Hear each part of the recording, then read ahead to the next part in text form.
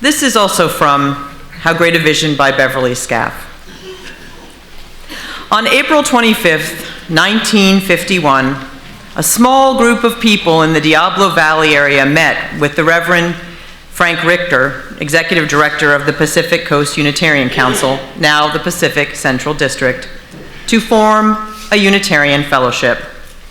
The nearest Unitarian church at that point were in Oakland and Berkeley. Ginny Merrill, who was working in the district office at that time and was later a member of the fellowship, remembers seeing the names in the letter in the office. She marveled that anyone would live out there, that dry little place, when they could live in Berkeley. Later that year, the 10 people who had showed up in April and the others they had gathered sent in the paperwork to become the Valley Unitarian Fellowship. By the time they incorporated in 1955, it would be the Diablo Valley Fellowship, the precursor to what we now know and love as the Mount Diablo Unitarian Universalist Church. Throughout this year, we will be marking this anniversary year in many ways. Today, the day that we begin to share our thoughts about the future, it seems fitting to be the first. So I invite Renoir to light a candle in recognition of the chutzpah, perseverance, dedication, vision, and sheer will that went into the forming of this place. And we might, as this candle is lit, consider the words of the Reverend Dr. Martin Luther King Jr., who said, "We are not makers of history, we are made by our history." Thank you. Imagine then that small group of ardent people gathered in a living room, doing the hard and endless work involved with keeping a group like that going. And I had my years of trying to start a Unitarian congregation, and I will tell you, it was very aerobic. But they came week after week because they were united in a sense of shared purpose, to have a place without binding doctrine where they could consider the values and ideas that mattered to them. Worth it because they could talk about the ideas and issues of their time that they felt were most intriguing and not be bound to the issues and ideas of a time long past. A few years later, it was worth it to them because they began teaching one another's children in whatever space they could find, and I have heard those tales as well. We live today in a world in which the pace of change appears to be accelerating. This may be some kind of cosmic optical illusion, and yet I talk to people every week who say it feels real for them.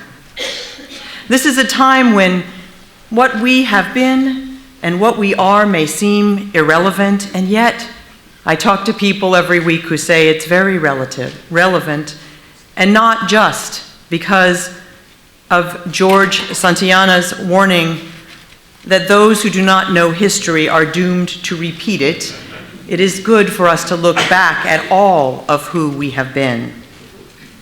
Just as in our personal lives, we often come to critical moments and find solace or insight in looking back at the things that have been. Though some precious faces have remained constant over the years, each year we read the list of people who we have lost in the year that has just passed, and we know that that has changed as well.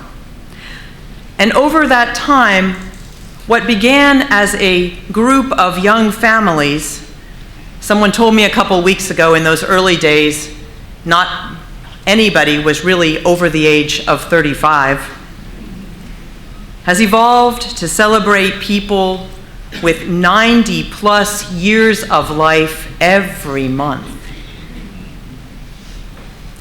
In those early years, they marked, as we did today, births, though I always wish for more, and deaths. And they welcomed people with membership requirements changing over the years, which you can see in the 70s when you can see the signatures of people who could barely write their names, children. By 1966, this congregation had been in several locations, and they were ready to be done with that. So at the end of that year, 50 years ago this year, when they broke ground on this property, they were very excited to be in their new home. They were wrestling with the social issues of their days, and surprise, surprise, not everybody agreed on those issues. And they adjusted to new information and new times, even when it was very controversial, such as the decision, based on new information, to ban smoking in the services, which some people among us still remember.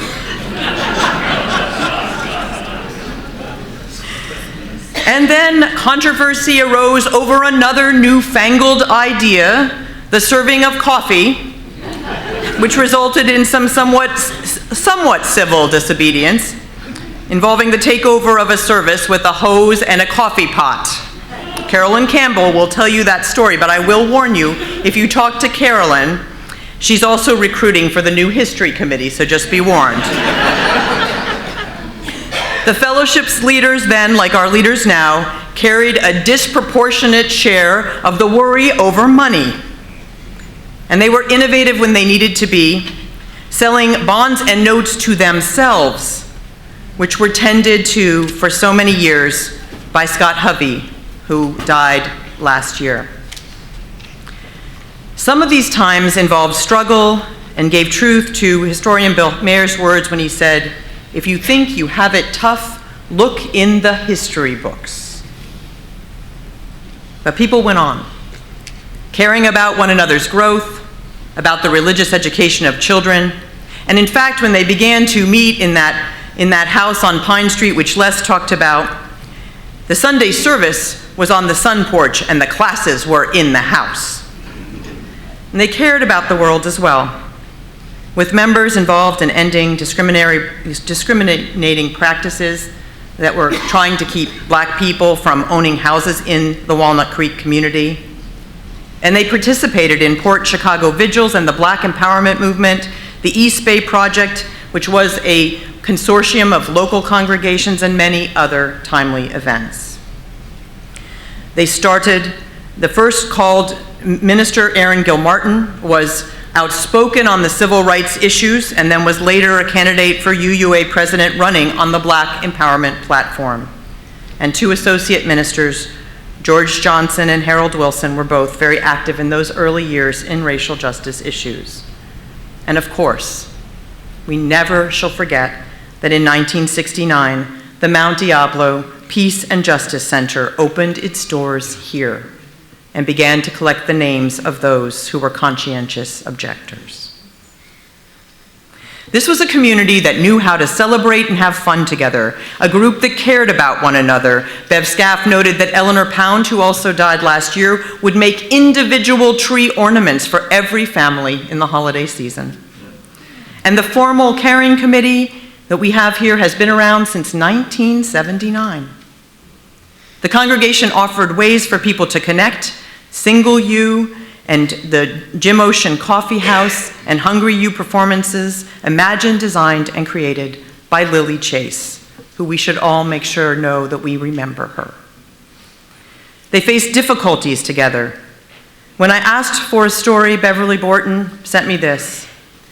There was a couple in the congregation who were in a serious auto accident. Judy spent the rest of her life in a wheelchair, and Frank lost a leg. She did a sermon once called "There Are No Atheists in Foxholes," which was a quote from World War I. She had her son play the hunting call on his trumpet to start the service. When she was in the hospital, her fundamentalist family came and told her, "Aha, now you will come back to your religion. You'll need it for support." But she said that being a Unitarian sustained her, and she found all the strength she needed from it. I never forgot that service, Beverly said. The death of a precious youth, Ben Chapel, on a liberal religious youth trip, which led to the establishment of our memorial, Redwood Grove. A minister, Bob Forbes, died while serving the church, and the fountain in the memorial garden is dedicated to him. The members and friends faced the loss of other beloved leaders and friends, some who left in disagreement with the direction the majority had decided was the way they were going. In our living tradition, we are called to examine our faith in each new age. And I think the best way to do that is to look back at our roots. For example, the first Vesper service, which was here in 1974, was called the Joyful What's It, and that might be a great name to go back to, because no one knows what Vespers means.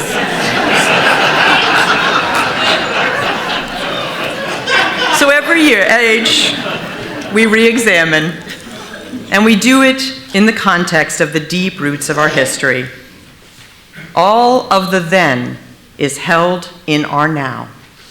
And also in the words of one of my favorite authors, Robert Penn Warren, history cannot give us a program for the future, but it can give us a fuller understanding of ourselves, of our common humanity, so that we can better face the future. It is such a pleasure to be here this morning on a morning when the choir is singing and the band is playing. From then to now and now to then, Leslie spoke so well of the journey that has carried us from our roots to the present moment. And my hunch is that she asked me to speak about the roots that we are planning now that will carry us forward. You see, I'm wearing my minister's stole this morning, but I'm also wearing my dad hair and my dad beard. Because hopefully next month I'll be able to get around to last month's haircut. This is life with 3 small children.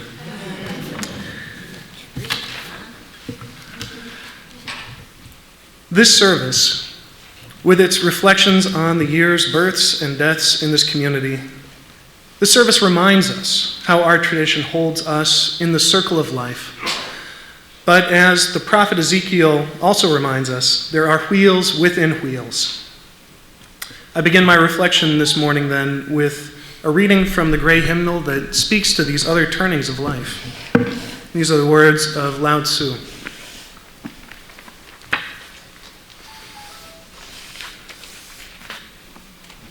It's nice to have a little interstitial music. If there is to be peace, if there is to be peace in the world, there must be peace in the nations. If there is to be peace in the nations, there must be peace in the cities. If there is to be peace in the cities, there must be peace between neighbors. If there is to be peace between neighbors, there must be peace in the home. If there is to be peace in the home, there must be peace in the heart. From our solitary, sacrosanct, individual hearts to the vastness of the world's span, each contains the other, and the linchpin, appropriately, the home and the family. This is a topic, as I mentioned, close to my heart, as some days for me, family feels utterly consuming in the best and worst ways, and usually all at once, at high volume. Parenting is hard. Parenting is hard work.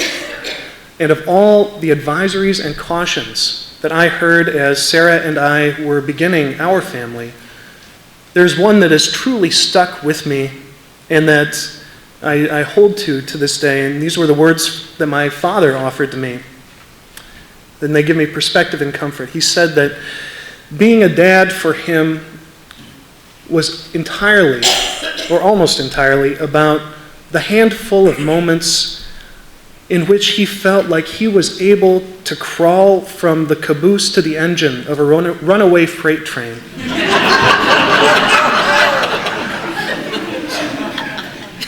The best part of hearing and embracing these words was a few years later when I finally realized that I had been the runaway freight train in this scenario.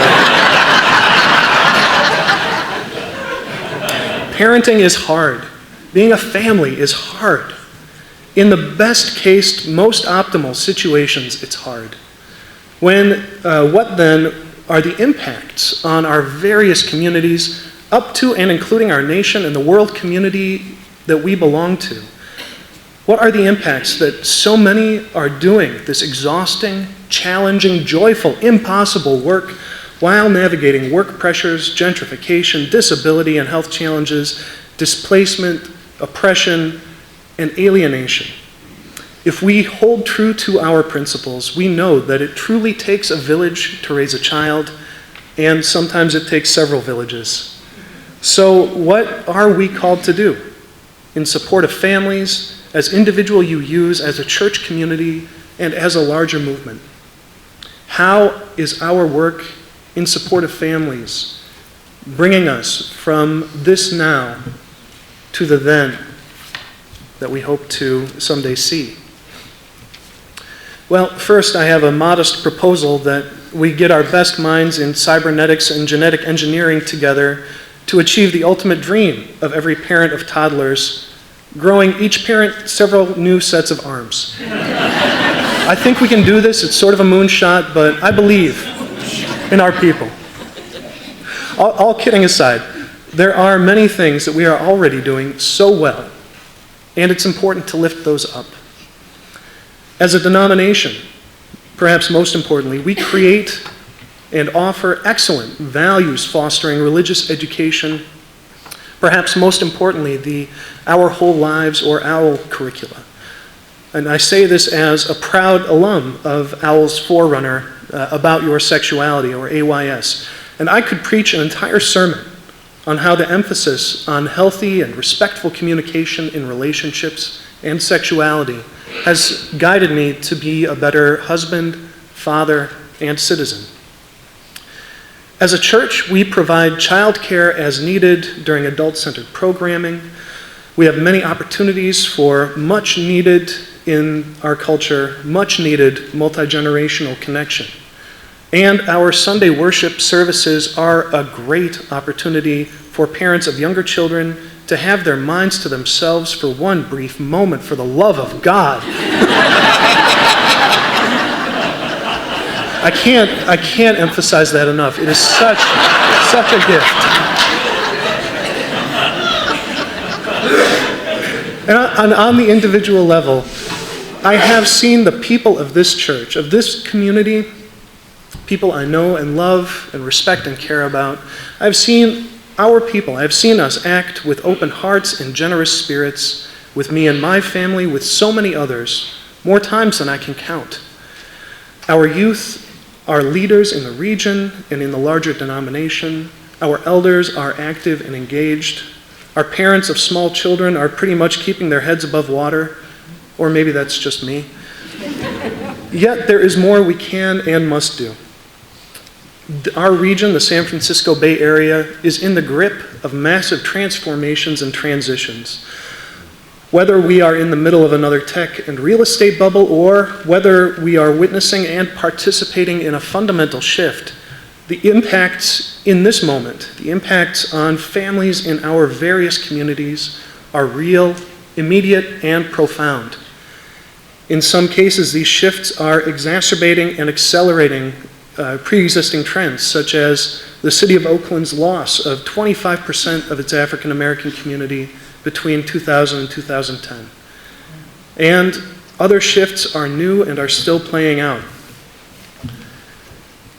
These changes are real and they are impacting our lives and the lives of people in all of our communities.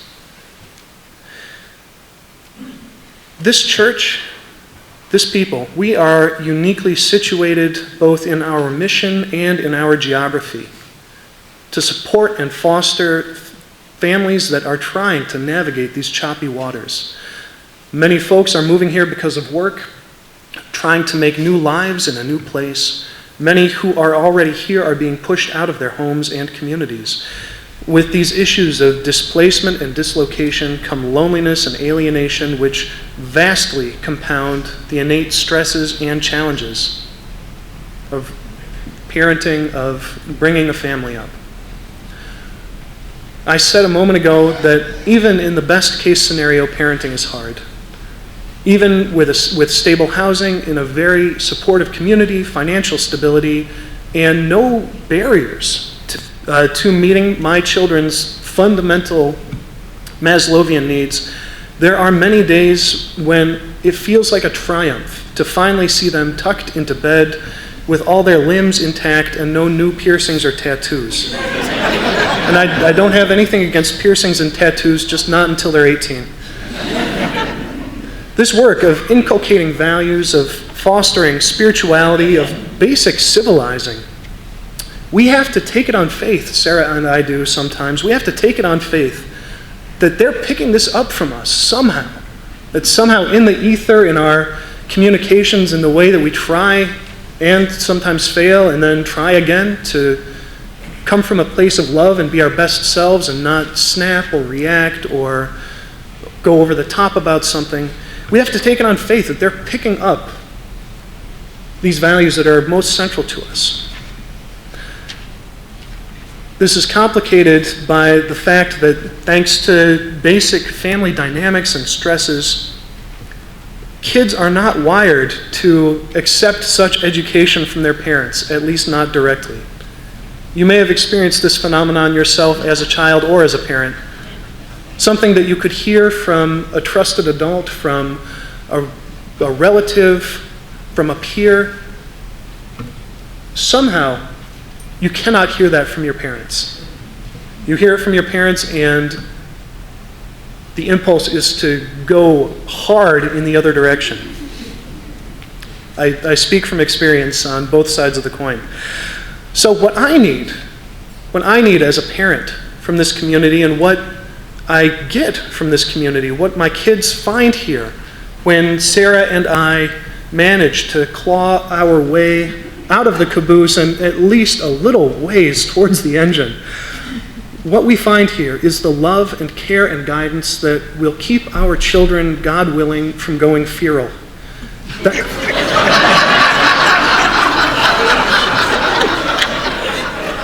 This is work that, as parents, we are just fundamentally limited in our ability to do. When Greta and Isaac and Lucas, well, not Lucas yet, but one day, when Greta and Isaac go to their religious education programming, I know that they are forging relationships with their peers, that they are safe, that they are being guided in the values of Unitarian Universalism that have shaped me, that have lifted me up, that have forged the path of my life. I know that they are learning to be respectful and know that they are learning to listen, to disagree appropriately. I know that they are learning to speak from a place of love. This is a gift beyond measure.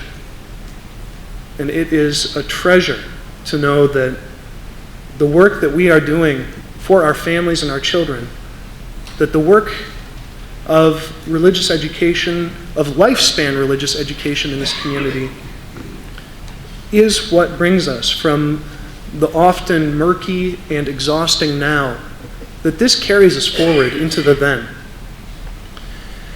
This work of family fostering, it calls us to our best creativity, to our deepest commitments, and to our sharpest attention on the immediate moment, on our immediate relationships, and at the same time on the larger interlocking societal issues that we face, issues of gentrification, inequality, and racism.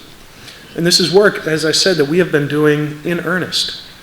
Building on these foundations means continuing to balance our attention and energy to lives within these walls, and it means pressing further into ever wider circles of community.